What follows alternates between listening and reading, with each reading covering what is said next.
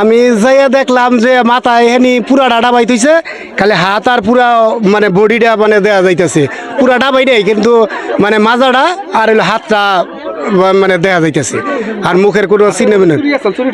চুরির মধ্যে চিকন একটা চুরি দেখলাম, কেমিক্যালের একটা চুরি দিয়ে গেলাম চিকন, আর কোনো কিছু গলা ডলা কিছু দেখা গেছে না, গলা পর্যন্ত ডাবাই না কানে ওটা বোঝা গেছে না, একবার পুরা মাথা পুরা ডাবাই না কেদা দেয়া।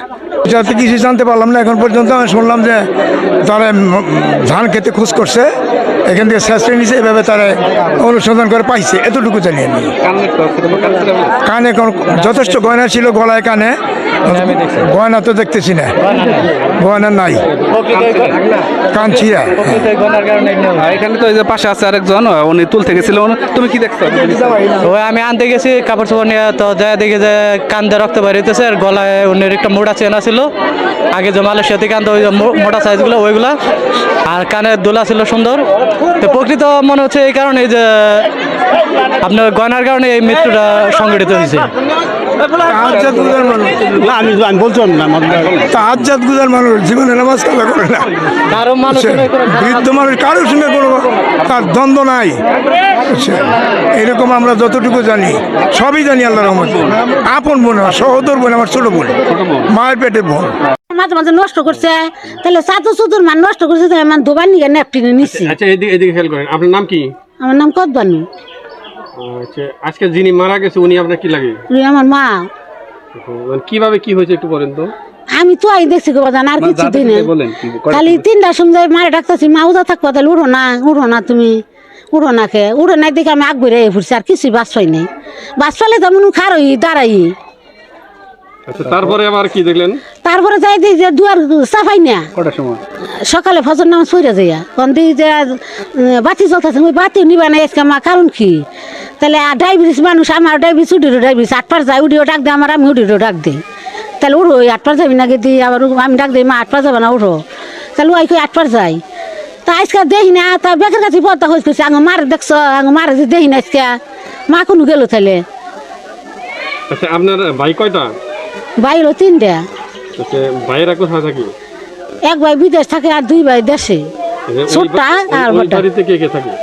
ওই বাড়িতে যে আমার ভাই ফসল ছোটটা তো হসুর বাড়ি গেছে গা, কালকে হসুর বাড়ি গেছে গা, বাড়িতে একাই মা আইছি। ভাইয়ের ছেলে আছে? না, ভাইয়ের ছেলে ছোট বহে ওগুলো আঠে। মানে কি মনে হচ্ছে, এটা কি মনে হচ্ছে মূলত? আমি চলতে তো পারি না, আঙ্গো মনে সন্দেহ নাই গো, মাইসে মারছে, এরা সন্দেহ হয় না মনে আঙ্গো মার তো শত্রু আছে, আঙ্গো মার জেনু গেছে, জেনু খাইছে, জেনু পিন্দি, জেনু যে বাবার জেনি বইছে, কইছি যে তুমি জেনু যাই হেনু তোমার খাবার যায়, আঙ্গো তো খাবার যায় না। কি কারণে এরকম কোনো কিছু হতে পারে একটু বলবেন কি?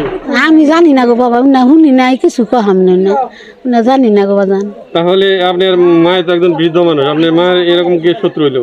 কেরা শত্রু হইলো না আল্লাহ জানে, আল্লাহ জানে, হন কেরা করলো আবার শত্রু আল্লাহ জানি গো বাজান, আমি জানি না। আপনার মায়ের সাথে গয়না ছিল কতটুকু? আমার মার গলায় আসল 1 ভরি, আর কানে আসল 5 তেবাত মাঝিপাড়ার জনাব ফজলু ভাইয়ের আম্মা গত রাত্রে নিখোঁজ হয়েছে। সকাল 10টার দিকে খোঁজাখুঁজির পরে জানা গেল যে উনি ধান খেতে, কে বা কাহারা জানি ওই ধান খেতের ওইদিকে গুম করার চেষ্টা করছিল, ধান খেতের ভিতরেই ফালাই থুয়া চলে গেছে তারা। তো সবাই তার জন্য দোয়া করবেন, আল্লাহ জানি ওনাকে জান্নাত নসিব করেন।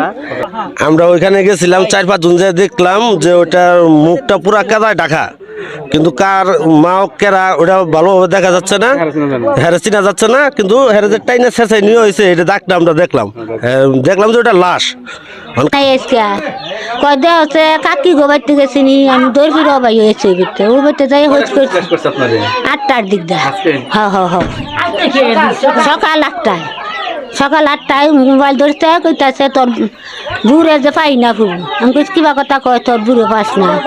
তার আইয়া মনে করুন ওই বাড়িতে আইয়া ঘুমছি, তাও আর যায় নাই মনে করুন। আমি আবার দোয়ান বেড়ে বিছাইছি, মা আবার পাড়ায় যায়, ওইটা বিছাই আইতাছি, দৌড় ফিরে আইতাছি, এই যে সড়ক পাড়ে আইছি, হইসুম কইতাছে বলদুর মায়ের ইরি খাতে রাইলে নিয়ে মাইরা থিছে, এই তো জানলাম। হ্যাঁ কি ভাই কমু বাবা, আমার মারে কি বা কি আর মারলো, হেডাই তো খুঁজ পাইতাছি না, আমার মানুষকে তো কোনো নারায় নাই। আমরা যে 6টা বোন আমরা ভাইয়া কোনো দিন নারী করি না। আমার 3টা ভাই যে 3টা ভাই আমার কোনো সময় মান্য নারী করি নাই। আমার বড় ভাই এই খাবার দিচ্ছে, আমার বড় ভাই যত্ন করছে। কোনো দিন আমি কইছি মারে কইল কথা কইস না। আমার বোন ভাইয়া কইছে মারে যদি কথা কস ওই বোনেই ধরবো, আর কই ধরুক না ধরুক ওই বোনেই ধরবো। আমি আঙ্গ মারে কষ্ট দিবার দেই নাই। ভাইয়া খবরই কইছি রে ফুললু মায় মনে করেন যে ইয়ে ফুলছে বুঝছো। ওখান ওই হই না 1 কেজি আলু কিনছি, আধা কেজি মরিচ কিনছি, সেটা মরিচ কিনা নিয়া আইয়া তাহলে আইলাম বাইতে আইয়া দিই তো ওন যাই দেই সামনে ওইজন আলু তুলে দেয়া আসি আইয়া আইয়া বসছি। কি কারণে আসছেন, কি দেখতে আসছেন? আমার ভাই বউ ভাই বউ কয়টার সময় জানতে পারছেন এটা? আমি জানতে পারছি ঘন্টাখান আগে, সাড়ে 9টা 10টা সাড়ে 10টা আচ্ছা, কি দেখছেন? আইসে তো ওর এই লাশগুলির সামনে নিয়ে আসলে পুলিশ আসলো, পুলিশের সাথে পরে গেছি আমরা। আমরা তো জানি না। আজকে সকালে ভাই ফুতে ফোন দিছে, ফুবু আঙ্গ বুড়ে পাই না, আঙ্গ কিবা কথা পাস না। তাহলে কইছি যে আমার মা নাই কে আজকে আইছি আমরা। আমার মারে ঘরে পাই না। কি কারণে এরকম কিছু হতে পারে? আঙ্গ মারে পাই না, ফুবু আঙ্গ বুড়ে পাই না, ঘরে নাই আমার মা। আমার মা 17 সাল লাগো। আমার মা ঘরে নাই। আমরা আজকে আইছি, আমরা তো কিছু জানি না। আপনি কি মনে হচ্ছে এরকম? আমার মারে জানি না তো। আইলে সেনা দেখা আইতাম ঘরে হইতাম, তাহলে কইতাম এই না ডাই।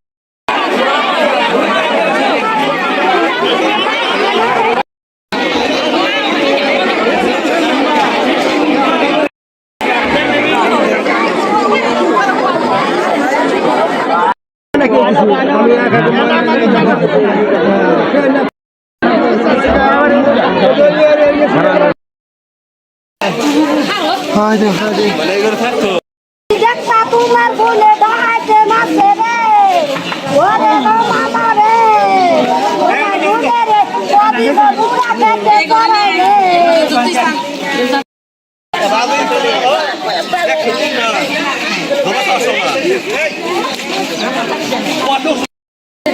ওরে মা রে আমরা কামের বেলা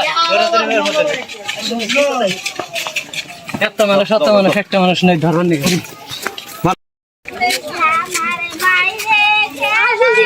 অবগত আছেন যে এই গ্রামেরই একজন বৃদ্ধ মহিলা ফয়জুন্নেসা লেবু, আমরা সংবাদপ্রাপ্ত হয়ে যে ওনার লাশ পাওয়া গেছে ইরি ক্ষেতের মধ্যে, ধান ক্ষেতের মধ্যে।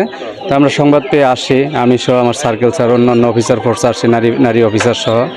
তো লাশ আমরা পাই কাদা মাখা অবস্থায়, চেহারা মাথার মধ্যে কাদা মাখা অবস্থায় পাই। তো আমরা যে এই স্থানীয় লোকজন এবং তাদের পরিবারের লোকজনের সহায়তায় লাশকে আমরা নিয়ে আসি। এনে দেখা যাচ্ছে যে দেখতে পেলাম যে তার নাক দিয়ে মুখ দিয়ে কিছু রক্ত ঝরতেছে, তার একটা কান কাটা আছে। তো আমরা ধারণা করতেছি যে মধ্যরাতে যে কোনো সময় কেউ হত্যা করে তার লাশটা ঘুম করার জন্য টেনে নিয়ে ধান খেতে ফেলে দিয়েছে। তো ইতিমধ্যে আমরা জানতে পেরেছি তার পাশের বাড়িতে তার এক বড় মেয়ে বিয়ে হয়েছে। ওই মেয়ে নাকি ভোর 3টার দিকে মা রোজা রাখবে বলেছিল, 3টার দিকে খাবার নিয়ে এসে তাকে ডাকাডাকি করেছে। ঘরের দরজা জানালা বন্ধ পেয়েছে, ডাকার পরে উঠে নাই। তো তারপরে এই সকাল 8টার সময় সে আবার ওই মেয়ে খোঁজ করতেছে, মা উঠে না কেন। তো মাকে খুঁজতে গিয়ে দেখা গেছে যে মা ঘরের মধ্যে নেই, ঘরের দরজা ওই সময় ধাক্কা দিয়ে খোলা পায়। তারপরে খোঁজাখুঁজি করতে করতে দেখা গেছে ধান গাছের দাগ দেখে তারা ঘটনাস্থলে যায় এবং লাশ শনাক্ত করতে পারে। আমাদের সংবাদ দেয়, আমরা আইনগত ব্যবস্থা গ্রহণ করতেছি। আশা করি খুব সহসাই খুব অল্প সময়ের মধ্যে আমরা ঘটনার মূল রহস্য উদ্ঘাটন করতে পারবো। ধন্যবাদ। জড়িতদের আমরা ঘটনার সাথে জড়িতদের শনাক্ত করতে পারলে আমরা গ্রেপ্তার করব এবং এটা আশা করি অল্প সময়ের মধ্যে আমরা সক্ষম হব। আর একটা বিষয় হচ্ছে যে এই যে নাক আর মানে যে গায়ে যে রক্তাক্ত হচ্ছে, রক্ত ধরছে, কি কারণে হতে পারে এটা যেহেতু পানিতে ফেলে রাখছে লাশ, এটা এই মুহূর্তে আমরা ওইভাবে বলতে পারতেছি না কি কারণ, হয়তো বা কীভাবে মেরেছে ওইটাও আসলে এখনও আমরা এই লাশের ময়নাতদন্তর ছাড়া আমরা বলতে পারবো না। ওনার মানে শরীরে কোনো স্বর্ণ অলংকার কোনো কিছু ছিল কিনা এরকম কিছু? এই বিষয়ে এখনো কোনো তথ্য পাওয়া যায় নাই, জিজ্ঞাসাবাদ করে জানতে পারবো আর কি। ঠিক আছে।